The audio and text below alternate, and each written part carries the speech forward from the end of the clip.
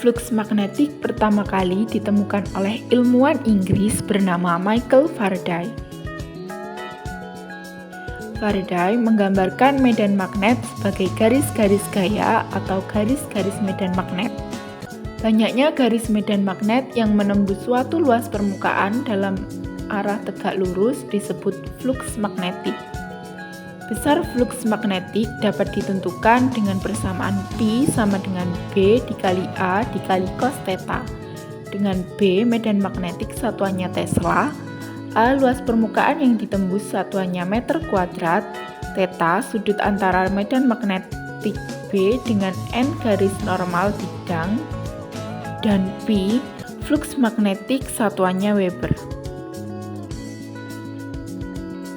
Jika dilihat dari persamaannya, flux magnetik dipengaruhi oleh medan magnetik, luas permukaan yang ditembus, dan sudut jatuhnya.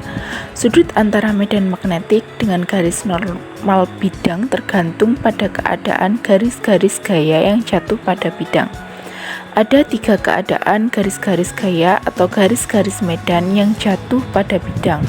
Pertama, searah dengan bidang. Jika garis gaya searah dengan bidang, maka sudut yang dibentuk oleh medan magnetik dengan garis normal bidang theta sama dengan 90 derajat. Nilai cos 90 derajat sama dengan 0, sehingga Pi sama dengan 0. Kedua, tegak lurus dengan bidang. Jika garis gaya tegak lurus dengan bidang, maka sudut yang dibentuk oleh medan magnetik dengan garis normal bidang theta sama dengan 0 derajat, nilai cos 0 derajat sama dengan 1, sehingga Pi sama dengan B dikali A. Ketiga, tidak tegak lurus dengan bidang. Jika garis gaya tidak tegak lurus dengan bidang, maka sudut yang dibentuk oleh medan magnetik dengan garis normal bidang adalah theta, sehingga Pi sama dengan B dikali A dikali cos theta. Selanjutnya, kita akan membahas mengenai hubungan antara flux magnetik dengan GGL induksi. Hubungan flux magnetik dengan GGL induksi ini diperoleh dari percobaan yang dilakukan oleh Faraday. Hans Christian Ørsted menemukan bahwa di sekitar kawat berarus listrik dapat menimbulkan medan magnet. Maka percobaan Faraday membuktikan hal sebaliknya. Medan magnet dapat menimbulkan arus listrik. Percobaan Faraday dilakukan dengan alat sederhana, yaitu sebuah magnet batang kumparan dan galvanometer.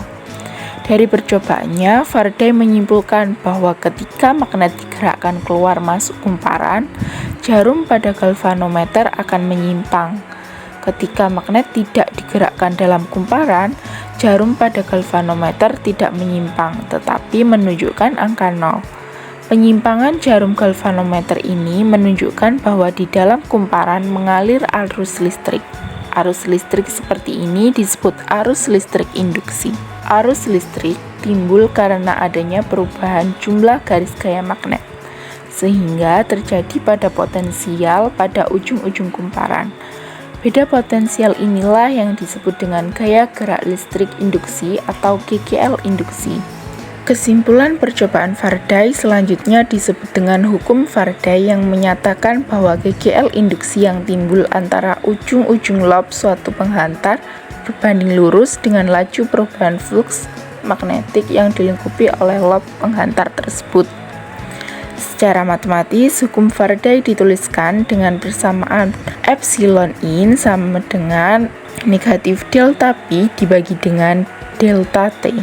Jika kumparan terdiri dari N lilitan, maka dapat dirumuskan dengan persamaan epsilon in sama dengan negatif N dikali delta Pi dibagi dengan delta T. Jika perubahan flux magnet terjadi dalam waktu singkat selang waktu delta T mendekati 0, maka GGL induksi ditentukan dengan persamaan epsilon in sama dengan negatif N dikali dP per dt, karena Pi sama dengan B dikali A dikali cos theta, maka persamaan hukum Faraday juga dapat dituliskan dengan epsilon in sama dengan negatif N dikali D per dt dari B dikali A kali cos theta.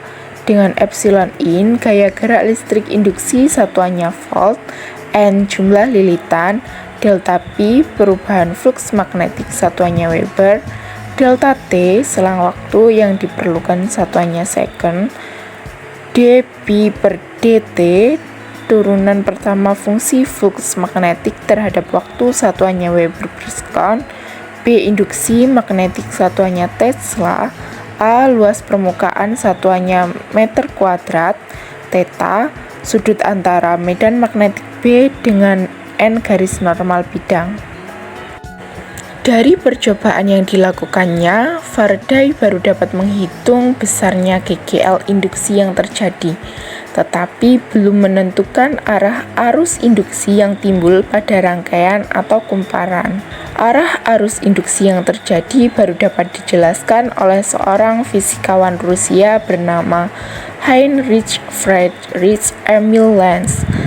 Untuk menyatakan arus induksi, ia mengemukakan hukum Lenz yang berbunyi, arah arus induksi akibat GGL induksi pada suatu rangkaian adalah sedemikian rupa, sehingga menimbulkan medan magnetik induksi yang menentang atau berlawanan arah dengan perubahan medan magnetik asalnya atau arus induksi berusaha mempertahankan flux magnetik totalnya tetap konstan.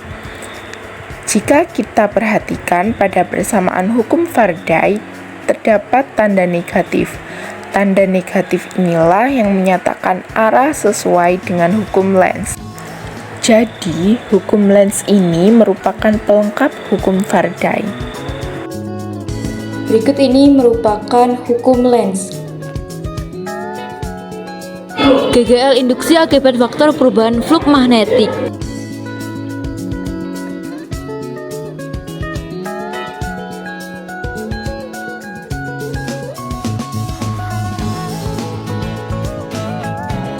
Berikut ini merupakan akibat perubahan induksi magnetik dan akibat perubahan luas bidang kumparan. Kuat arus induksi yang mengalir dalam kawat penghantar AB, gaya Lorentz yang bekerja pada kawat penghantar AB. Kawat penghantar digerakkan secara horizontal. Gaya Lorentz yang bekerja pada kawat penghantar AB menghitung kecepatan terminal pada kawat penghantar AB. Arah arus induksi. Berdasarkan hukum Lenz, perubahan magnetik terjadi akibat gerak kawat AB ke kanan sehingga akan timbul gaya Lorentz ke kiri untuk menentangkan arah gerak kawat. Berdasarkan kaidah tangan kanan, arah telapak tangan menunjukkan arah F yaitu ke kiri. Ibu jari menunjukkan arah arus induksi L pada batang AB yaitu ke atas dari A ke B. 4 jari lain menunjukkan arah B yaitu masuk bidang kertas.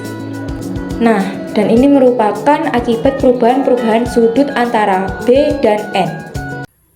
Baik, saya akan menjelaskan pengertian indutasi diri. Indutasi diri adalah sifat dari suatu rangkaian listrik, khususnya kumparan atau indikator, yang memungkinkan rangkaian tersebut untuk menimbulkan gaya gerak listrik sendiri akibat perubahan arus listrik di dalamnya. Fenomena ini disebabkan oleh medan magnet yang dihasilkan oleh arus listrik dalam kumparan.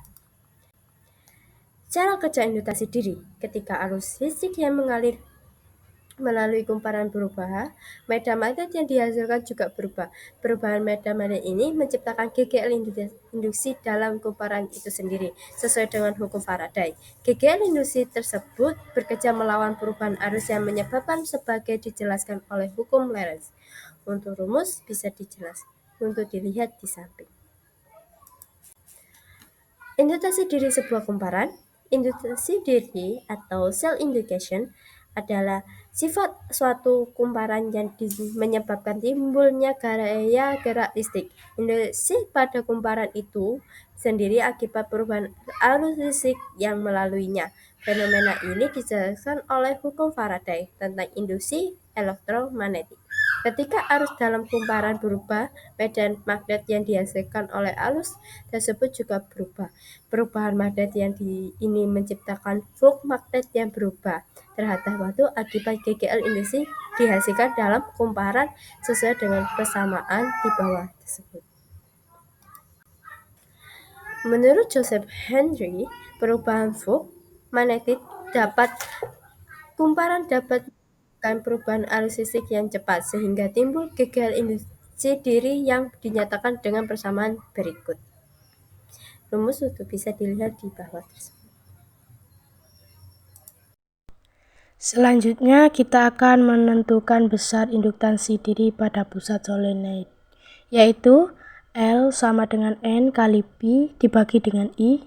Karena P sama dengan B kali A, maka L sama dengan N kali B kali A dibagi dengan I.